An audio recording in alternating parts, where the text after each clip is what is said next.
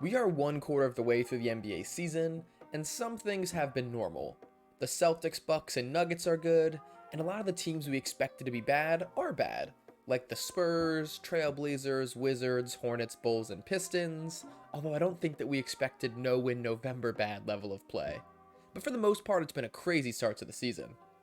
As of December 6th, the Memphis Grizzlies are 5-14, the Golden State Warriors are 9-11, and that's after a 6-2 start. The Pacers are 11-8 and in the semifinals of the in-season tournament, and the Minnesota Timberwolves are dominating the league right now. They are 15-4.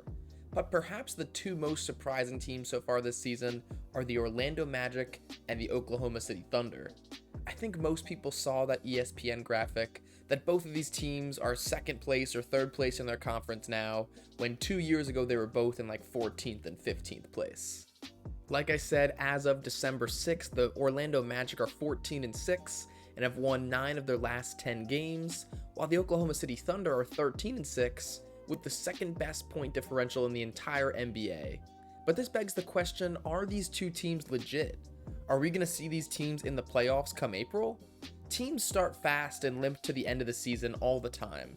The Jazz were in sole possession of first place in the Western Conference for 8 days last season before finishing 37-45. So let's talk about it. Let's start with the Oklahoma City Thunder. Going into this season, us NBA fans were already scared about the future of the Thunder. They have a top 15 player in the league already in Shai Gilgeous-Alexander, and a second overall pick unicorn in Chet Holmgren that would be going into his rookie season. On top of this, they have a gazillion future draft picks, and a bunch of other young talent like Jalen Williams and the Australian Karl Malone. The Thunder were able to compete for a play-in spot last year, and they would only be getting better this year.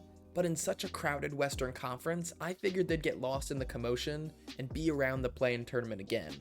And yes, it is early, and they're only 2 games up on the 7th seed, but this team does get the Sports Ball Network's seal of approval for being legit. This is not some fluky team that's coming off to a good start. As I teased earlier, this team has an 8.3 point differential as of December 6th, which was just below the first place Celtics, who had an 8.4 point differential. But why are the Thunder doing so well? Why do they have an 8.3 point differential, and why are they 13-7? Let's start with their star, Shai Gilgeous-Alexander, because that is what makes an elite team elite.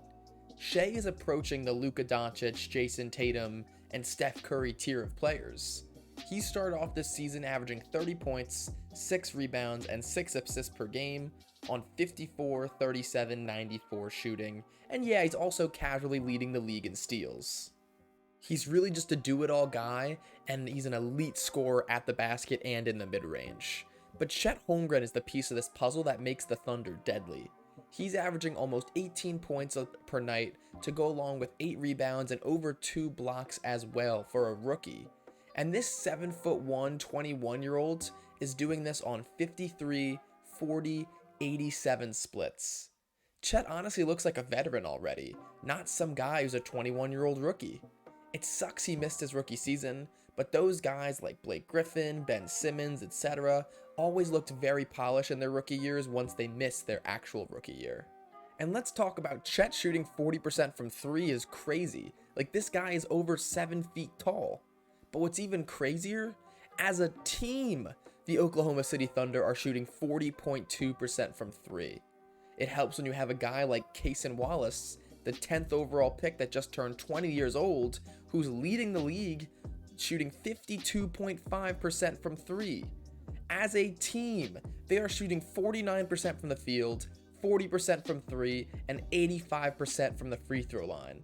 Do you know how hard it is for that to do for one player, nonetheless an entire team? They've just been really good at playing at their own pace, taking good shots, and capitalizing at the free throw line, and that is how you win games on offense. Someone else who I've barely mentioned yet too, they have a third option in Jalen Williams, who's averaging 18 points, 4 rebounds, and 4 assists, also in his second season in the NBA. This team is just set up so well. Like I mentioned, they have a million future first round picks, and if they continue drafting guys like Jalen Williams or Cason Wallace with their late lottery picks, this team has dynasty potential. They don't need to draft a star every year with all these picks because they already have Shai Gilgeous-Alexander, they already have Chet Holmgren, and they already have Jalen Williams. And on top of all this, they're playing damn good defense, which is surprising since they're such a young team, but it also makes sense. You already have one of the best interior defenders in the NBA in Chet Holmgren, and one of the best perimeter defenders in Lu Dort. As I mentioned, Shai is leading the league in steals and has a tall frame for a point guard, and Jalen Williams is no slouch on defense either. As of this recording, they have the 4th best defensive rating in the NBA at 109.5. So in summary, they have all the assets. They have a bunch of picks, they have a bunch of good players in their core, but they also have some good players that they're not attached to in the long term. I know there's this whole controversy around Giddey right now, and what he did is honestly disgusting, but if, and that's a big if, he can beat the allegations of him knowingly doing this, and he can continue playing in the NBA, he could be a valuable trade piece for OKC to take the final step to contention when they're ready. There are plenty of teams who would want Giddey as a basketball player, but with Shai on the team, the Thunder can never use his full potential. But I don't think they should make the big trade this season, just because I don't love the options on the trade market right now. Like, they could maybe get Pascal Siakam or Lauri Markkanen, but those deals just don't seem worth it. I think they are a team that could win a playoff series this year, and this offseason they could look for that move that would make them a true championship contender for years and years to come. Even if they don't make a big move this offseason, Chet and Jalen Williams will just get more experienced, and the continuity would be a great thing for this young and upcoming team. So now let's focus on the Orlando Magic. Well, they don't have all the future assets that OKC has, and they don't have a superstar level player like Shai just yet.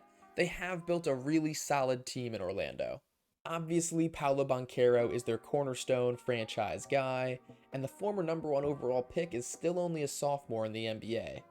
He's had a good season so far, averaging almost 20 points, 7 rebounds, and 5 assists per night, as kind of a do-it-all guy for the Magic.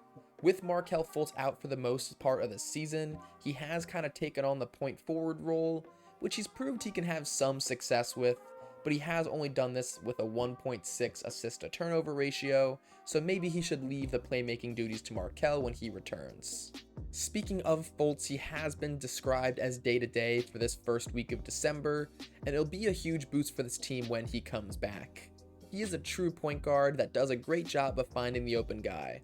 Hopefully in the near future, both he and Wendell Carter Jr., who have both only played 5 games, can return from injury and round out their starting lineup of Fultz, Suggs, Franz Wagner, Paolo Banchero, and Wendell Carter Jr. Obviously, Fultz is not the guy we thought he was going to be coming out of Washington, but his return will only help Paolo and Franz, who's actually been the Magic's leading scorer so far this season. Franz Wagner is averaging almost 21 points per game on efficiency that leaves a little bit to be desired, especially from 3. He's only been shooting 33% from distance this season, and for his career he is a 36% three-point shooter. He's still young, just 22 years old, and still developing, so the sky is the limit for him. Personally, I'm not sure he has the face-up game to be a top 10 wing in the NBA like a Paul George or a Jaylen Brown type of player, but he could be a Peja Stojakovic, a Detlef Schrempf, or even a better version of Danilo Gallinari. And I know that's a lot of European comparisons for him, but that's just because he has a very unique skill set. He's got very few weaknesses, great fundamentals and footwork, and is honestly a great connecting piece for any team. He can, in theory, pass, shoot, rebound, and even defend pretty well with his 6'10" frame. For this team, Jalen Suggs isn't necessarily the star player we saw coming out of Gonzaga either, but he's an amazing connecting piece for this team as well. He's always hustling like he's playing in Game 7, he's diving on the floor, taking a charge, making a hard cut to open up space, just doing all the little things. He's averaging 12 points, 3.5 rebounds, 2.5 assists, and 2 steals per game, but his impact goes far beyond the stat sheet. Let's also talk about Cole Anthony, one of the front runners for the 6th Man of the Year race so far. He's averaging 15.5 points, 4.5 rebounds, and 3.5 assists per night on pretty good shooting splits, especially for a score-first 6th man guard. He's just a smooth bucket getter. We've seen these flashes since he came into the league, but he's putting it all together for the Magic off the bench right now. And besides Cole Anthony, the rest of the bench has been really good. Mo Wagner's been a revelation for this team, scoring 13 points per game on 70% true shooting. And he's doing this in just 20 minutes per game and has already added 1.7 win shares to this team. Gary Harris is also just a perfectly fine bench player. He hits some threes, plays some defense. They have Jonathan Isaac, who's starting to get back in the swing of things. His offense isn't quite there yet, but his defense definitely is.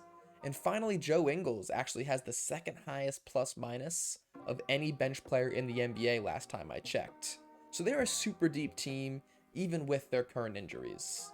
Something we have to consider in an objective mindset is that the Orlando Magic have had a pretty easy schedule thus far this season. According to ESPN's relative percent index, the Magic have only had the 22nd hardest schedule in the NBA thus far, but that's not to discredit them. You can only play who's in front of you every night, and they have some good wins against the Los Angeles Lakers, Milwaukee Bucks, Indiana Pacers, and Boston Celtics. And throughout the rest of December, they have a stretch of games that will be a barometer for how competitive they're truly going to be in the playoffs. This stretch of 12 games includes the Cavaliers twice, the Celtics twice, the Heat, the Bucks, the 76ers, the Knicks, and the Suns. If they survive this stretch of games at 6-6 or better, you can make a real case the Orlando Magic could avoid the play-in tournament and be a top 6 seed in the Eastern Conference. And like I mentioned, they should only get healthier and better when Markelle Fultz and Wendell Carter Jr. return from their respective injuries. I should note, as of Thursday, December 7th now, they did lose their first game of this stretch to the Cavaliers. Paolo Banchero dropped a 40-piece, Franz Wagner shot 3 for 16 from the field, and Suggs only played 9 minutes before spraining his ankle. This Magic team cannot afford more key injuries. If they keep having players miss time due to injuries in this tough stretch of games, they will slip down the standings. At the end of the day, I do think the Orlando Magic are also going to make the Eastern Conference playoffs, but they are probably going to have to go through the play-in tournament. I find it hard to believe the Magic are going to finish ahead of the Celtics, Bucks, Sixers, Knicks, Heat, or Cavaliers. I think they will make it through the play-in tournament and be a tough out for one of those top 2 seeds. But let me know what you guys think. What can we expect out of the Thunder and Magic this year and for years to come? Make sure to like the video if you liked the video, and subscribe if there's a pattern of you liking these videos. Until next time, bye-bye.